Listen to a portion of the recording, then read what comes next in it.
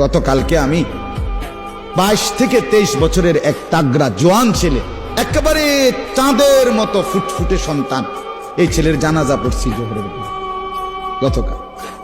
ছেলেটা কুমিল্লা ক্যান্টনমেন্ট বায়ুস্ট একটা ইউনিভার্সিটি আছে কুমিল্লা ক্যান্টনমেন্টে, এইখানে পড়তো ছেলেটা। রাত্রে 11:30 বাজে সিএনজিতে যাইতেছে একা, সিএনজি বাড়ি দিছে অন্য কি গাড়ি, জাগাত মারা গেছে। তো 22-23 বছরের এই তাগড়া আমার আমার বাসার সামনে জানাজা। জোহরের পরে আমি জানাজা পরে আমার এত মনে আইছে, চোখের পানি আসছে। আহা, তার 4টা মেয়ের পরে বেচারার এই ছেলেটা,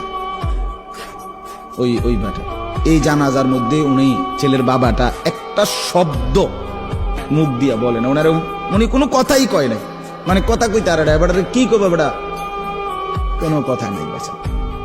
মানে শুধু এতটুকু কয় যে আমার ফোলাগারে মাফ করে দিয়ে, এইটাও কইতে পারতেছে না, উনি পাথর হয়ে গেছে বেচা।